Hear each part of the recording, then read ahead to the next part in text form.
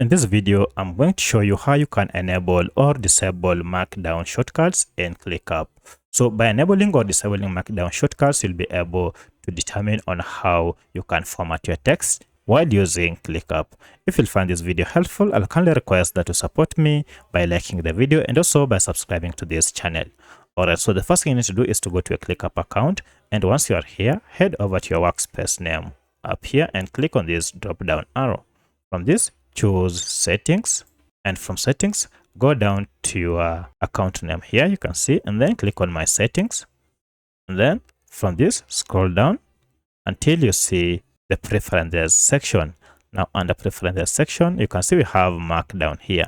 You're told you can disable Markdown shortcut when typing by turning it off here. So if you want to disable it, go ahead and toggle this off and go ahead and click on save changes.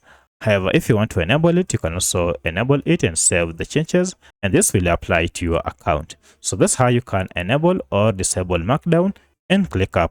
If you have any other question, kindly let me know in the comment section. Otherwise, thanks for watching and let's meet in the next video.